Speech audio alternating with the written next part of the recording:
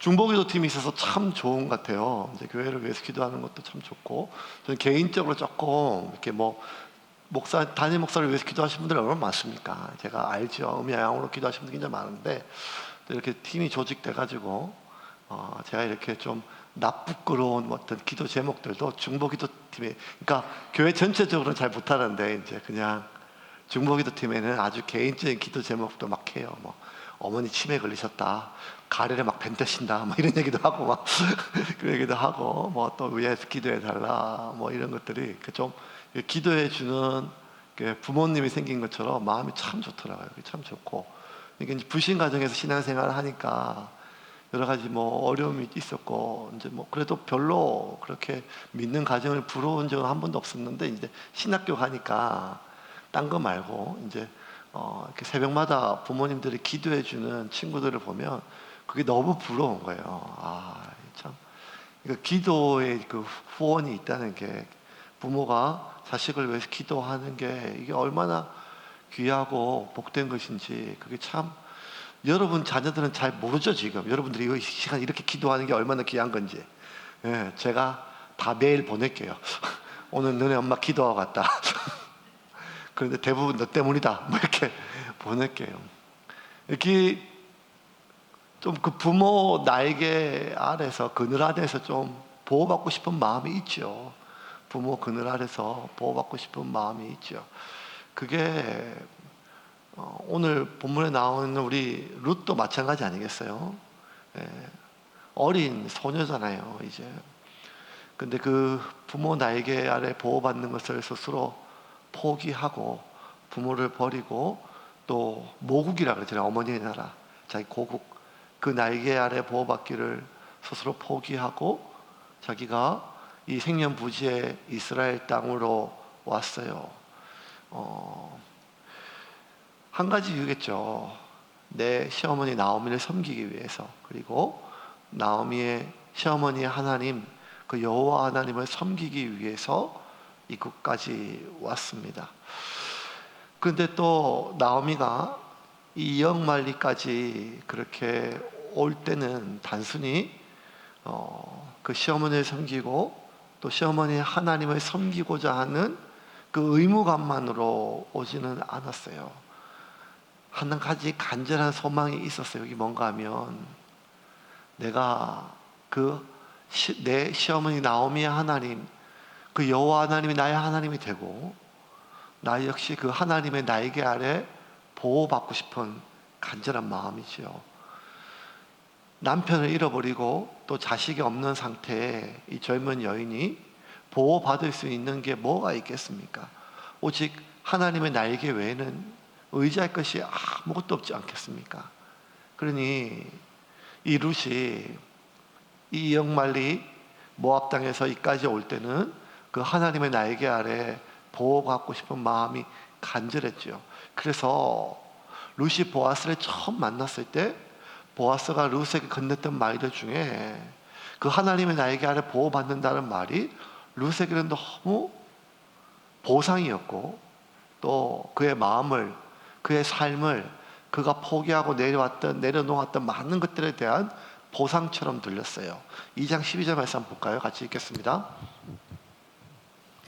여호와께서 내가 행한 일에 보답하시기를 원하며 이스라엘의 하나님 여호와께서 그의 날개 아래에 보호를 받으러 온 내게 온전한 상 주시기를 원하노라 하는지라. 이게 이제 보아스가 한 말이에요. 그래서 이제 무슨 진짜 그런 이제 하나님의 날개 아래 보호받고자 하는 마음.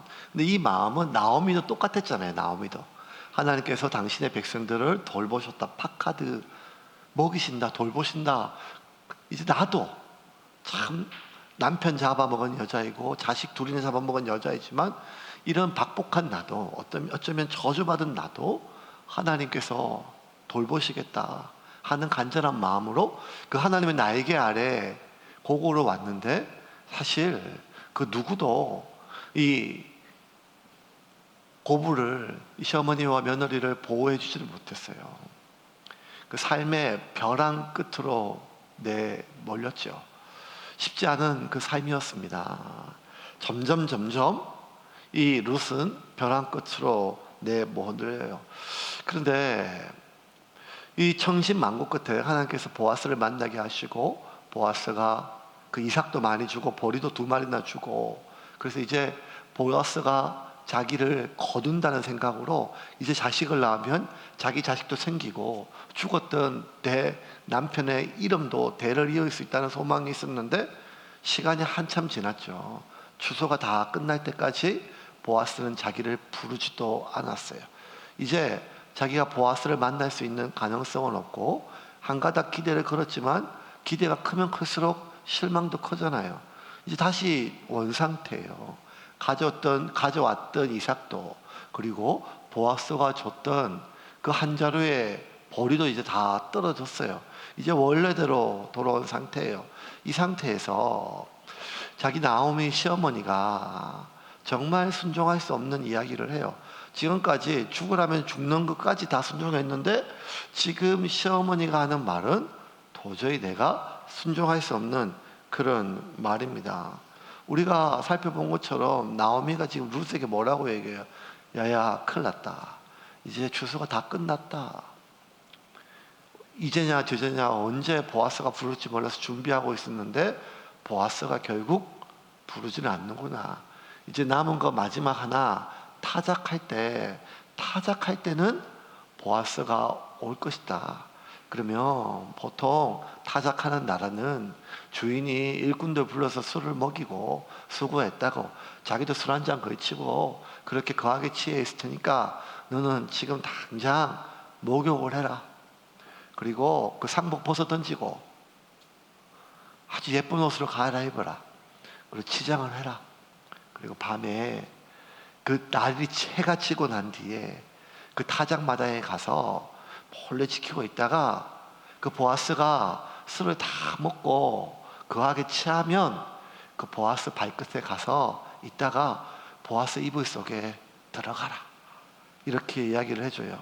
자, 이 말이요, 이게 보아스가 자기를 정식 아내로, 그 히브리 관습에 따라 내가 죽었던 당신의 남편 대신 기업을 물을 사람이니 내가 당신을 나의 아내로 드리겠습니다 하고 아내로 맞이하는 것과, 생판 나를 잊었는지도 버렸는지도 모르는 그런 남자에게, 외간 남자죠, 나감자에게 가서 남편을 잃어버린 이 과부가 상복을 벗고 그 야한 옷으로 갈아입고 그 이불 속에 들어간다는 것은 룻이 도저히 순종할 수 없는 얘기가 아니겠어요? 그런데 룻이 이 말을 다 들어요. 다 순종을 해요. 6절 말씀 같이 읽겠습니다. 그가 타작마당으로 내려가서 시어머니의 명령대로 다 하니라. 다 행하니라. 다 행할 수 없는 말이에요. 근데 룻은 이미 자기가 어떤 수치를 당한다 할지라도 시어머니의 말을 다 들을 마음으로 이 시어머니가 하는 말을 하나하나 들었어요. 5절 말씀 같이 읽겠습니다. 룻이 시어머니에게 이르되 어머니의 말씀대로 내가 다 행하리라 하니라. 다 나오미의 이야기를 듣고 절대로 어머님 제가 이것만큼은 안 되겠습니다. 이것만큼. 그럴 수가 없습니다. 제가 여기까지 온 것 시어머니, 어머니 아시지 않습니까? 제 남편 제가 얼마 못 살았지만, 자식도 남겨주지 않았지만, 제가 남편 때문에, 그리고 남편의 어머니를 내 어머니로 내가 받았는데 내가 어찌 외간 남자의 침상에 내 스스로 그렇게 들어가겠습니까? 라고 나오미의 말을 제지하지 않고 어머니, 제가 어머니의 말씀대로 다 하겠습니다 했어요.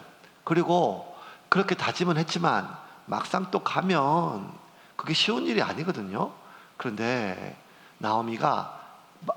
룻이 나오미의 말대로 다 행했어요.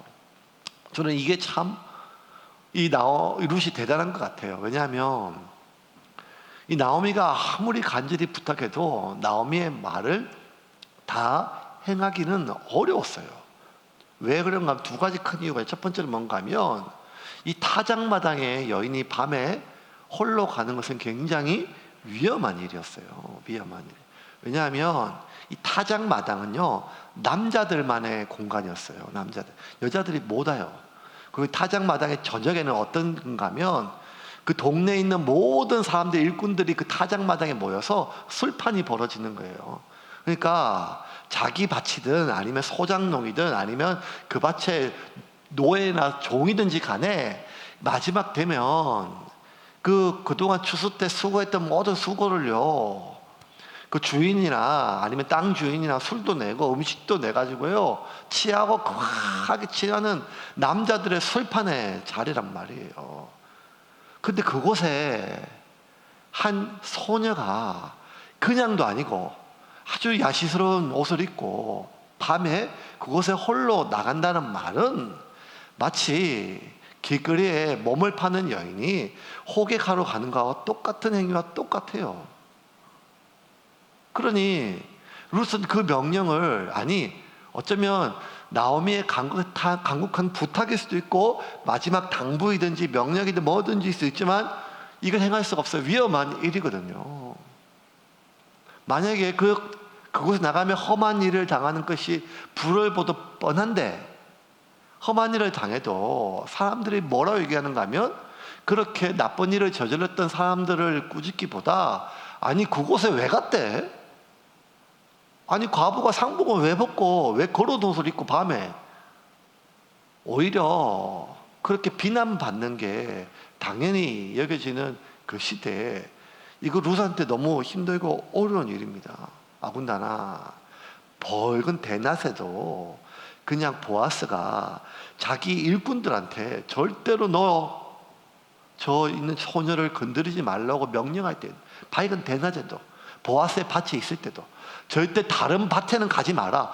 대낮에도 다른 밭에 남자들 추수할 때 이 이방 여인이, 그것도 소녀가 가는 건 위험한 일인데 밤에 남자들의 공간인 술이 거하게 취하는 그 공간에 상복을 벗어버리고 그 여인이 한껏 목욕하고 향수를 뿌리고 남자를 유혹하는 복장으로 간다는 것은 이 화를 자초하는 일이죠. 그러니까 이거는 룻이 도저히 받아들일 수 없는 위험한 일이에요. 두 번째는 왜 이 나오미의 명령을 다 행할 수 없는가 하면 룻에게 너무 수치스러운 일이기 때문이에요. 보아스가 자기를 기업을 물을 사람인 것은 맞아요. 그런데 기업 물을 순위의 1순위의 사람은 또 아니에요. 더 가까운 친척이 있단 말이에요. 그런데 그 보아스를, 기업을 자기가 자청해서 내가 하나님 앞에 내 의무를 다하겠습니다, 당신을 내가 거두겠습니다 하는 게 아니라 술을 먹이고, 아니 술 먹고 취했을 때 그 취한 남자에게 가서 하룻밤을 그냥 보내는 거잖아요. 이게 얼마나 수치스러운가 하면요, 여러분, 이 비슷한 일이요, 이 아브라함의 조카 롯 때 일어나요. 우리 창세기 공부했잖아요. 롯이 아내는 따라 나서지 않고 하나님의 징계가 있을 때 두 딸 데리고 가잖아요. 그 유황불에 다 죽어요. 남자가 없으니까 어떻게 되는가 하면 롯의 두 딸이, 자기 남편이 죽었어요. 과부잖아요. 근데 자식이 없어요. 근데 자기가 알고 있는 동네 사람들 다 없어요. 아무것도 없어. 근처에 유황비가 내려가지고. 그래서 롯의 두 딸이 행한 게 뭔가 하면 자기 아버지를 술을 만땅 먹여가지고 취했을 때 아버지와 동침해서 자식을 얻어요. 천륜을 무시하고 인륜을 무시하고 너무너무 부끄럽고 수치스러운 일인데 이 짐승 같은 일을 두 딸이 행해요. 왜? 이게 너무 짐승 같은 일인데 이 짐승 같은 일을 행하는 것보다 내가 젊은 여자가 남편도 없고 자식도 없이 남은 삶을 사는 게 더 짐승 같은 일을 당할 수 있기 때문에 이 일을 범하는 거거든요. 우리 창세기 말씀 볼까요? 창세기 19장 32절부터 38절까지 같이 읽겠습니다. 우리가 우리 아버지에게 술을 마시게 하고 동침하여 우리 아버지로 말미암아 후손을 이어가자 하고, 그 밤에 그들이 아버지에게 술을 마시게 하고 큰 딸이 들어가서 그 아버지와 동침하니라. 그러나 그 아버지는 그 딸이 눕고 일어나는 것을 깨닫지 못하였더라. 이튿날 큰 딸이 작은 딸에게 이르되 어젯밤에는 내가 우리 아버지와 동침하였으니 오늘 밤에도 우리가 아버지에게 술을 마시게 하고 내가 들어가 동침하고 우리가 아버지로 말미암아 후손을 이어가자 하고, 그 밤에도 그들이 아버지에게 술을 마시게 하고 작은 딸이 일어나 아버지와 동침하니라. 그러나 아버지는 그 딸이 눕고 일어나는 것을 깨닫지 못하였더라. 롯의 두 딸이 아버지로 말미암아 임신하고 큰 딸은 아들을 낳아 이름을 모압이라 하였으니 오늘날 모압의 조상이요, 작은 딸도 아들을 낳아 이름을 베남미라 하였으니 오늘날 암몬 자손의 조상이었더라. 그렇게 롯의 큰 딸이 낳은 자식의 그 한 족속의 이름이 뭐라고요? 모압이에요. 룻이 지금 어느 땅에서 왔어요? 모압 족상. 그러니까 룻의 그 조상들, 룻은 알아요. 그 무슨 이렇게 그 자기 선조들의 그 창근 신하들 있잖아요. 건국 신하들이 있기 때문에. 그러니까 아브라함의 두 딸, 롯의 두 딸이요, 그렇게 아버지를 술을 먹이고 그렇게 천륜을 저버리고 만들었던 조상이, 그 족속이 바로 모압 족속인데, 이것 때문에 얼마나 수모를 당했는가 하면 하나님은 이 모압 족속에 대해서 다시는 하나님의 총회에 들어오지 못하게 하세요. 하나님의 자손도 못 되게 하고. 물론 출애굽 당시에 발람 선지자를 통해 가지고 이스라엘을 저주했기 때문에 못 들어오게 한 것도 있지만, 이 어떻게 술을 먹여서 아버지를 범하고 그것으로 자식을 얻어서 한 족속을 이뤘던 이 모압 족속은 자손 대대로 하나님의 총회에 절대 못 들어오게 했습니다. 신명기 23장 3절 한번 볼까요? 같이 읽겠습니다. 암몬 사람과 모압 사람은 여호와의 총회에 들어오지 못하리니 그들에게 속한 자는 10대뿐 아니라 영원히 여호와의 총회에 들어오지 못하리라. 그러니까 모압 족속은 수치스러운 족속이에요. 그들의 출발 자체가. 그 사생아 이런 게 아니라 아예 출발 자체가 수치스러운 족속이에요. 근데 룻이 지금 똑같은 걸 해요. 보아스가 술을 먹고 거하게 잠들었을 때 그 침상에 들어가서 이제 옷을 벗고 누우려고 하는 거예요. 이게 얼마나 룻이 수치스럽겠어요. 만약에 이 술에서 잠에서 깨가지고 보아스가 보고, 너 누구냐? 당장 저리 가라. 너 지금 뭐 하는 짓이냐? 하고 내치면, 이거는 완전히 룻은 자기가 평생 겪을 수 있는 가장 큰 수치를 당해요. 만약 그게 아니라 할지라도, 그냥 밤새도록 보아스가 술에 취해서 잠에서 못 깬다 할지라도, 누가 동네 사람들이 지나가다가 누가 아니면 남정네가 타작마당에 있는 사람이 봤으면 그냥 몸 파는 여인이 되는 거예요. 그러니 지금 룻은 이게 위험한 일이지만 또 한 여자로서 자기가 평생 겪고 있는 가장 큰 수치스러운 일이란 말이에요. 그러니까 얼마나 이게 어렵겠어요. 근데 룻이요, 이 위험과 그리고 이 수치를 다 무릅쓰고 자기 시어머니 나오미가 말한 대로 행해요. 목욕을 하고 상복을 벗고 꽃단장을 하고 향수를 뿌리고 몰래 타작마당에 들어갔다가 계속 남 사람들 들킬까 봐 숨어 있다가 보아스가 술을 먹고 그 볕단 사이에서 잠이 들었을 때 그 앞에 가서 옷을 벗고 누워요.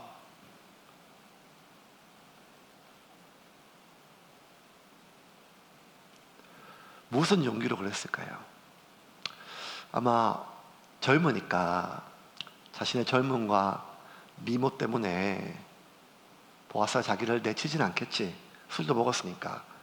그러한 자신의 외모에 대한 자신감, 아니면 아주 이 모든 계획이 아주 치밀했기 때문에 그냥 나오미 자기 시어머니 그 이야기가 너무 타당했기 때문에, 계획이 완벽했기 때문에, 아무리 이도 저도 아니면 보아스의 인품을 내가 알기 때문에, 그때 만나본 한 번밖에 안 만나봤지만 나를 그렇게 거두어주고 나에게 먹을 것을 주고 보호해준 보아스가 나를 내치지는 않을 것이다 라고 하는 보아스의 인격에 기대어서 이렇게 했을까요? 도대체 이 룻이 무슨 정신으로 이렇게 했을까요? 룻이 어떤 정신으로 어떤 용기로 일을 했는지는 잠에서 깨어난 보아스와 룻의 대화 속에서 드러나요. 보아스가 깼어요. 깜짝 놀랐어요. 그리고 룻에게 물어요. 너 이게 무슨 짓이냐? 그렇게 보아스와 룻이 서로 대하는 장면 한번 봅시다. 8절과 9절입니다. 같이 읽겠습니다. 밤중에 그가 놀라 몸을 돌이켜 본즉 한 여인이 자기 발치에 누워 있는지라 이르되 내가 누구냐 하니 대답하되 나는 당신의 여종 루시오니 당신의 옷자락을 펴 당신의 여종을 덮으소서 이는 당신이 기업을 물을 자가 됨이니이다 하니. 자, 여기 보면 놀래가지고 보아스가 물었을 때 룻이 뭐란가 하면 나는 당신의 여종 룻입니다. 당신의 옷자락을 펴 당신의 여정을 덮어서서 자신의 알몸을 지금 덮어달라는 거예요. 이는 당신이 기업 물을 자가 됨이니라 하는데 여기서 당신의 옷자락이라는 단어가 되게 중요해요. 이 옷자락이라는 단어가 히브리 원어에는 뭐로 쓰이는가 하면 카나프라고 하는 단어가 쓰였거든요. 근데 카나프는요 옷자락으로도 번역될 수 있지만 날개로 번역되는 단어예요. 날개. 그리고 이 날개, 이 카나프가 이 룻기에서 제일 먼저 나왔던 구절도 보아스가 썼던 말인데 그때는 보아스가 이 카나프를 뭘로 쓰는가 하면 하나님의 날개로 번역해요. 하나님이 그 날개 아래 너를 보호해 주기를 원하노라. 그러면 지금 룻이 보아스에게 이야기하는 것은 당신의 옷으로 저의 수치를 덮어달라고 하는 말도 1차적인 의미지만 룻이 이 모든 일을 그 위험을 무릅쓰고 수치를 무릅쓰고 일이 어그러질 모든 가능성을 무릅쓰고도 이렇게 할 수 있었던 것은 나오미의 명령 때문이 아니라 하나님이 내 모든 수치와 내 모든 위험을 그 날개 아래로 덮어주신다고 하는 믿음이었어요. 하나님의 그 날개 아래 자기를 던진 거예요. 자신의 외모나 보아스의 인격이나 아니면 자기 시어머니 나오미가 짜주었던 계획에 자기를 던진 게 아니라 하나님의 날개 아래 자기를 던진 거예요. 하나님, 주님의 날개로 제 수치를 덮어주십시오. 하나님, 하나님의 날개로 저를 이 위험으로부터 보호해 주십시오. 남자들의 마당인 타작 마당에 밤에 알몸으로 서 있는 진짜 모든 위험에 맨몸으로 노출되어 있는 룻은 지금 하나님의 날개 아래 자기를 보호해 달라고 간절히 보아스에게 이야기를 하고 있습니다. 2장 12절 다시 한번 볼까요? 같이 읽겠습니다. 여기서 내가 행한 일에 보답하시기를 원하며 이스라엘의 하나님 여호와께서 그의 날개 아래에 보호를 받으러 온 내게 온전한 상 주시기를 원하노라 하는지라. 자, 이 보아스가 한 말이죠. 그의 날개 아래 카나프. 보아스가 룻에게 했던 말 그대로 룻이 하는 거예요. 당신의 날개 아래, 당신의 옷자락 아래, 하나님의 날개 그늘 아래 나를 덮어주십시오. 나는 지금 너무 창피합니다. 나는 당신 앞에 알몸으로 서 있습니다. 맨몸으로 서 있습니다. 나의 부끄러운 모든 수치가 지금 당신 앞에 드러나 있습니다. 만약 당신이 지금 저를 내치면 이 타작마당에서 저는 어떤 위험에 노출될지도 모릅니다. 어떤 험한 일을 당할지도 모릅니다. 그리고 어떤 비난과 어떤 수치를 당할지도 모릅니다. 전 너무 무섭고 너무 수치스럽습니다. 하지만 하나님이 당신을 통해 하나님의 날개로 저를 덮어주실 것을 믿습니다. 당신의 옷자락으로 하나님의 날개로 저를 덮어달라고 간절히 부탁해요. 그때 보아스가 뭐라고 하는지 아세요? 야, 내가 너 참 좋게 봤는데 이게 뭐냐? 네가 이렇게까지 안 해도 내가 너희 먹을 것, 너희 모녀, 너희 고부지가 먹을 것 내가 굶어 죽지 않게 해줄 수 있는데 이게 창녀도 아니고 왜 이런 부끄러운 짓을 하냐? 하나님 앞에, 사람들 앞에, 죽은 내 신랑 앞에 부끄럽지도 않냐? 이렇게 얘기하는 것이 마땅한데 보아스가 이렇게 대답을 해요. 10절과 11절 말씀 같이 읽겠습니다. 그가 이르되 내 딸아 여호와께서 내게 복 주시기를 원하노라. 내가 가난하건 부하건 젊은 자를 따르지 아니하였으니 내가 베푼 인애가 처음보다 나중이 더하도다. 그리고 이제 내 딸아 두려워하지 말라. 내가 내 말대로 내게 다 행하리라. 내가 현숙한 여자인 줄을 나의 성읍 백성이 다 아느니라. 현숙한 여인이, 지금 이상하게 이 단어가 가장 어울리지 않아요. 상복을 입고 수절해야 돼. 지금 룻은 시어머니를 모셔야 돼요. 지금 룻은요 현숙한 게 아니에요. 목욕을 하고 치장을 하고 향수를 뿌리고 상복을 스스로 벗어 던지고 야한 옷을 입다가 이제 완전히 외간 남자 앞에서 자기 스스로 온몸의 옷을 벗어 던지고 알몸으로 서 있단 말이에요. 유혹하게. 현숙한 여인이 아니라 요녀란 말이에요. 그런데 보아스가 이렇게 얘기해요. 네가 현숙한 여인인 것을 모든 사람들이 다 안다는 거예요. 이 말은 내가 너를 현숙한 여인으로 안다는 거예요. 지금 나를 꼬시러 온 게 아니라, 몸팔러 온 게 아니라, 네가 하나님의 날개 아래 보호받고자 하는 그 마음, 그리고 기업을 무르고자 하는 그 마음, 그 믿음의 마음, 그건 내가 알고 온 세상 사람들이 알고 하나님이 안다. 이 말에 룻이 눈물이 터졌을 것 같아요. 왜? 자기가 너무 수치스럽고 자기가 하는 짓이 너무나 창피한데 보아스가 네가 현숙한 여인임을 나도 알고 온 세상 사람들도 알고 하나님도 아신다는 말이에요. 말씀을 좀 정리하겠습니다. 여러분, 이런 말은 참 감사한 것 같아요. 우리가 어떤 오해를 당하거든요. 내가 나쁜 사람이 됐어요. 내가 하지도 않은 말을 했는 것으로 지금 퍼지고 있어요. 누군가가 막 하고 있어요. 내가 하지도 않았던 일을 내가 한 것처럼 그렇게 막 누군가가 해요. 그래서 참 억울한 사람이 됐어요. 내가 나쁜 사람이 되었고, 내가 나쁜 말을 한 사람이 되며, 나쁜 일을 한 사람이 되고, 정말 억울해 죽겠어요. 그런데 누군가가 와가지고, 아니야, 집사님, 집사님 그런 사람이 아닌 거 내가 알아. 그리고 집사님 아는 사람뿐만 아니라 모르는 사람도, 아니 다 알아. 하늘도 알고 땅도 알고 나도 알아. 이런 말 들으면 얼마나 위로가 돼요. 그런데 지금 룻은 자기 스스로 몸 파는 여인처럼 그렇게 행세를 하였잖아요.